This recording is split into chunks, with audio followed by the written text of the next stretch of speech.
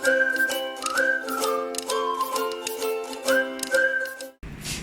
hai, Assalamualaikum semua. Okey, semua dah bersedia nak belajar hari ni? Dah. Okey, bagus. Pastikan semua persekitaran awak selesa. Pastikan buku teks ada atas meja. Jangan ada kerja-kerja lain, okey? Fokus dengan apa yang cikgu nak ajar hari ni, boleh? Boleh. Okey, kita tunjuk slide dulu. Okey, jadi apa yang kita nak belajar hari ni sebenarnya? Teknologi pembuatan ke? Itulah saya dah buka slide. Mesti kita nak belajar pasal teknologi pembuatan. Okey. Siapa tahu apa itu teknologi? Boleh tak bagi contoh-contoh teknologi yang ada dalam kehidupan seharian kita? Vacuum. Vacuum. Vacuum boleh juga. Apa lagi selain vacuum? Komputer dan smartphone. Komputer, handphone, tu semua adalah teknologi. Kerusi, meja, itu pun teknologi juga. Tapi apa yang kita nak belajar hari ni mengenai bagaimana teknologi itu dibuat. Okey. Sebelum kita teruskan lagi kelas ni, cikgu nak awak tengok dulu satu video. Apa yang ada dalam video ni Okey. Awak tengok dulu video ni.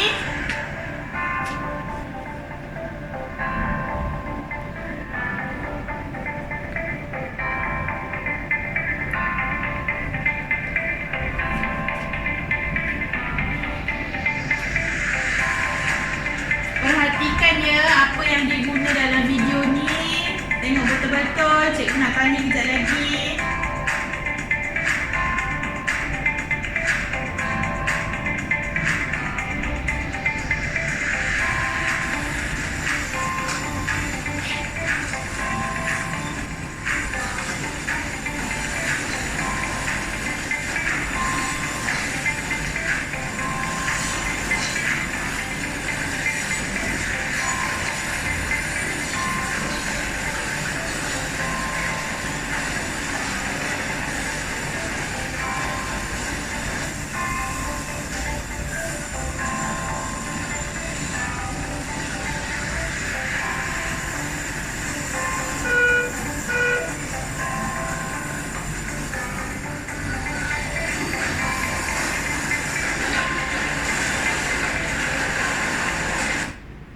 Okey. Jadi cikgu nak tanya apa yang awak nampak dalam video ni? Proses pemotongan kayu. Pemotongan kayu. Okey, siapa tahu apa beza video tadi yang pertama tadi dengan video yang kedua? Siapa tahu cepat? Satu tu dia pakai ni kaedah lama, lagi yang baru.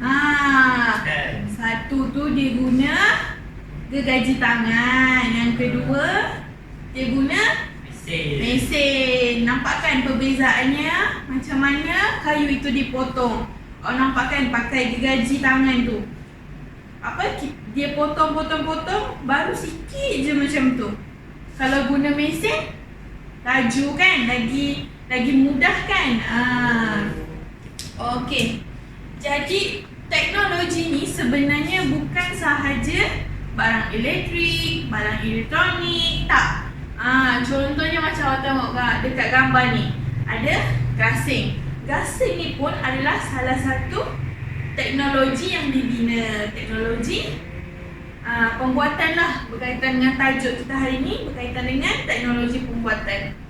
Kenapa cikgu tunjuk gasing? Kenapa cikgu tunjuk periuk nasi? Ni periuk nasi kan? Siapa kat rumah ada periuk nasi macam ni kan? Ni semua teknologi. Tapi yang membezakannya adalah apa yang membezakan antara dua gambar ni? Tak tahu? Tak tahu, tak apa. Okey, sebab tak tahulah kita belajarkan hari ni. Bezanya adalah satu dibuat secara menggunakan tangan. Yang kedua dibuat secara menggunakan mesin. Okey. Kenapa gasing ni kena buat pakai tangan?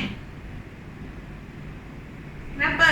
Sebab kaedah profesional. Awak dah study Bagus. Tu maknanya kaedah lama. Tapi gasing sekarang pun dah macam-macam kan. Bukannya saja gasing kayu kan. Gasing kayu tu biasanya orang-orang dekat kampung, ada perlawanan, kita main gasing tu dalam satu bulatan. Okey. Tapi sekarang awak pun dah tahu. Gasing ada yang macam apa tu yang awak main sekarang tu. Spinner, gadget spinner tu semua tapi dibuat menggunakan mesin lah, berada di kilang. Okey. Sebenarnya teknologi pembuatan produk itu adalah satu kaedah menghasilkan produk sama ada menggunakan alatan tangan ataupun mesin. Ini adalah ayat secara umumnya lah kan. Apa itu teknologi pembuatan produk? Okey. Macam Cikgu dah sebut tadi, teknologi pembuatan produk yang pertama adalah kaedah konvensional. Okey. Kaedah konvensional ni sebenarnya dia menggunakan teknologi juga, tapi dia menggunakan teknologi asas. Teknologi asas yang menggunakan alatan tangan. Alatan tangan contohnya macam gergaji, pahat, tukul, gunting. Jadi contoh-contohnya macam buat gasing tadi kan. Okey. Kalau buat gasing tu kan kita kan keliling gasing tu kan ada kadang-kadang ada ukiran, betul? Tu semua menggunakan kaedah konvensional. Kaedah moden pula, pembuatan produk menggunakan mesin yang dapat menggantikan tenaga manusia dengan menggunakan alatan elektronik. Contohnya macam dekat video tadi kan, dia potong kayu tu mudah je, letak mesin yang potong. Jadi tak memerlukan tenaga manusia. Okey. Tapi dalam setiap pembuatan produk ni kan, dia ada proses-proses yang perlu dilakukan lah. Sama ada dia terpulang kepada apa yang kilang ataupun individu tu nak buat kan. Sebab dia berkaitan dengan teknologi ataupun produk yang nak dibina tu. Tapi dia mesti ada proses. Okey, kita akan tengok proses pembuatan dia. Okey, boleh nampak tak proses pembuatan dia? Tak kira lah sama ada untuk kaedah konvensional ataupun kaedah moden, proses pembuatan dia tetap sama. Okey, boleh tengok catat ada kat sini kan. Tengok dalam buku teks awak pun ada juga. Surat 27. Okey, buku surat 27 tu ada catat dia kan. Tapi catat dia ni sama je konsep dengan dalam buku teks awak tu. Okey, jadi dalam apa-apa proses sekalipun, tak semestinya dalam proses pembuatan teknologi je. Maksudnya kalau awak nak masak, awak nak apa-apalah pun, awak kerja sekolah pun kan, awak kena ada perancangan. Yang pertama sekali adalah perancangan. Okey, maksudnya kita rancang apa yang kita nak buat, kita fikir apa yang kita nak buat, kita rancang, kita tulis kan. Okey, lepas kita rancang, kita kena buat kaji selidik. Kenapa kena buat kaji selidik? Contohnya lah kan, macam kita nak buat apa contoh-contoh teknologi yang awak nak buat? Tak apa. Contohnya nak buat gasing lah kan. Cikgu suruh buat gasing. Amali kita buat gasing ke kan nanti. Kita kena buat kaji selidik. Okey, gasing. Ada macam-macam gasing kan? Bukannya satu jenis gasing je. Bukannya gasing bentuknya bulat je tu bulat je. Tak semestinya gasing tu nak kena tajam dekat bawah je. Tak. Macam-macam gasing yang ada dekat Malaysia ni lah kan. So kita kena kaji selidik.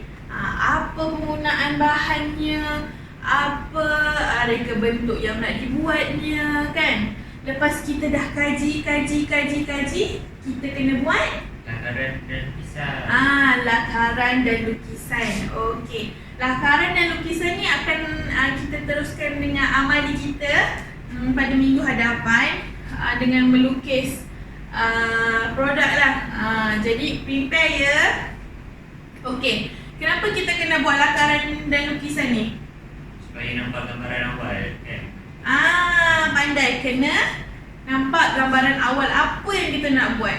Kalaulah kita ni tak nampak apa yang kita nak buat, kita tak tahu apa yang kita nak buat kan, macam mana kita nak buat produk. Jadi untuk buat produk ni kita kena tahulah reka bentuknya macam mana, apa yang kita nak guna. Okey, tapi kita buat lakaran sahaja. Okey, lepas kita melakar, lepas kita melukis, kita boleh buat mock-up ataupun model. Okey, apa beza mock-up dengan model? Sepatutnya awak dah tahulah sebelum ni kan, kita dah belajar kan apa itu mock-up, apa itu model. Mock-up ni dia bentuk luaran dia tak sempurna, tak sempurna. Mock-up ni benda yang sama macam apa yang kita dah lukis tu, tapi dia tidak sempurna, tidak berfungsi. Saiznya tidak sama dengan apa yang kita nak buat. Dia cuma sekadar mock-up. Model pula saiz yang sama, skala yang sama, tetapi tidak berfungsi. Okey, lepas kita dah buat mock-up ataupun kita dah buat model kan, kita kena buat penilaian dan pengujian. Kenapa kita buat penilaian dan pengujian ni? Mengenal pasti masalah. Untuk kita kenal pasti masalah. Sebab kalau kita tak buat penilaian atau pengujian ini, ia akan timbulkan masalah di pembinaan produk nanti. Macam mana kalau kita dah buat banyak-banyak kan, tiba-tiba ada masalah dengan produk yang kita buat. Jadi itu fungsinya apa? Fungsinya penilaian dan pengujian. Okey. Lepas kita dah nilai, lepas kita dah uji semuanya okey, kita boleh teruskan dengan pembinaan produk. Dari pembinaan produk ni lah apa yang kita belajar ni. Kaedah konvensional dengan kaedah moden. Macam saya dah cakap, kaedah konvensional tu kaedah yang menggunakan alat tantangan atau tenaga manusia. Betul? Kaedah moden pula dia gunakan mesin. Dia lebih mudah, lebih jimat. Nanti kita akan belajar perbandingan kaedah konvensional dengan kaedah moden. Okey, seterusnya proses dalam membuat kaedah konvensional dengan kaedah moden. Okey, dalam proses pembuatan ni, cikgu akan tunjukkan bezanya. Apa bezanya kaedah konvensional dengan apa bezanya kaedah moden. Okey, dalam kita membuat produk menggunakan kaedah konvensional, biasanya kita guna tenaga manusia. Kita menggunakan tangan lah kan. Maksudnya kita pahat, kita tukar, kita gergaji. Macam tengok dekat sini, kita yang pertama sekali kita perlu memutar skru. Lepas tu kita meratakan permukaan. Lepas tu kita potong kayu. Lepas tu kita cat menggunakan berus cat. Kalau awak tengok kat sini kan, dia memutar skru menggunakan pemutar skru. Meratakan permukaan menggunakan pengetam kayu. Lepas tu potong kayu menggunakan gergaji. Mengecat menggunakan berus cat. Ni semua adalah apa ni semua ni? Yang saya tunjuk ni apa ni? Kaedah konvensional. Alatan tangan. Alatan? Pemutar skru, penggetam kayu, gergaji, berus cat. Ini semua adalah alatan tangan. Okey, berbeza pula dengan kaedah moden. Kaedah moden ni kita menggunakan mesin lah kan kebanyakannya. Sama juga macam kaedah konvensional. Prosesnya sama, tapi yang membezakannya adalah apa membezakannya, nampak tadi pemutar kayu tanpa pemutar skru tanpa wayar yang elektronik tu kan. Dekat Shopee pun banyak kan. Lepas tu menggunakan mesin pelelas. Macam apa mesin pelelas ni? Tahu tak mesin pelelas ni apa? Tahu.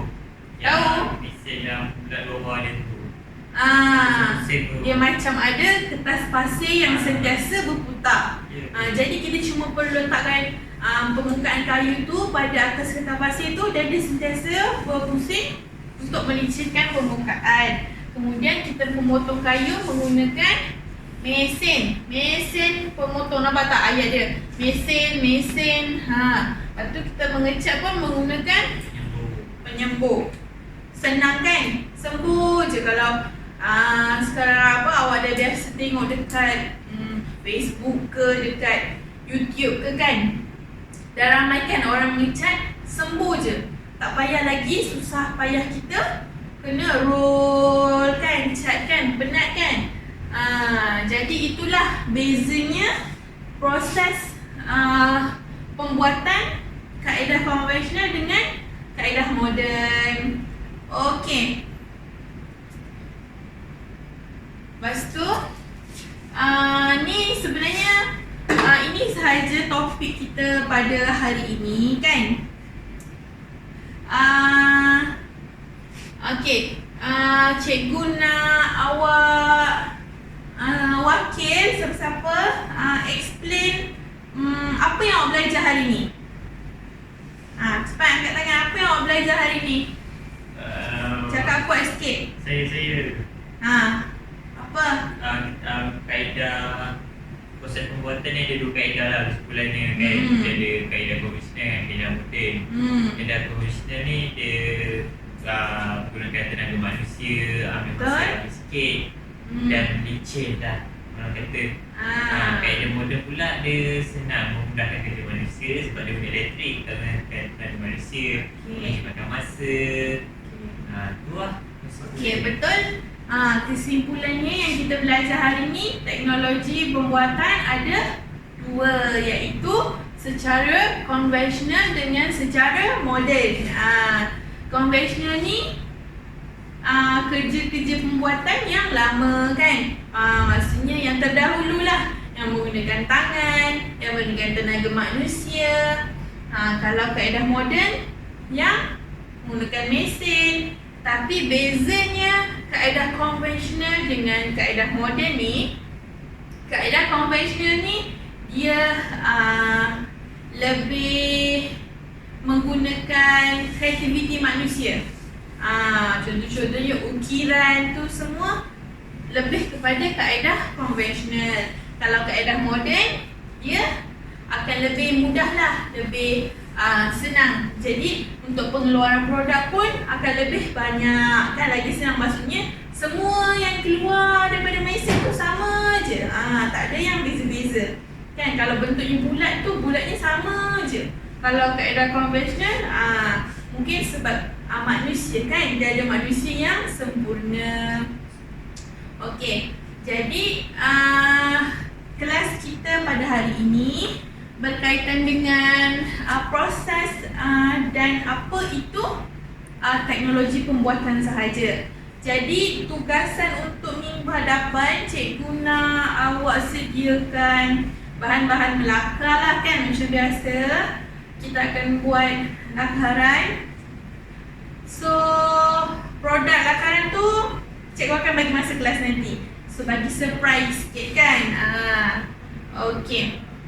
Jadi itu sahaja untuk kelas kita pada hari ini. Apa-apa persoalan, apa-apa tak faham, mungkin awak boleh tanya cikgu dekat guru nanti. Okey, jadi itu sahaja daripada cikgu. Sekian, terima kasih. Terima kasih cikgu. Okey.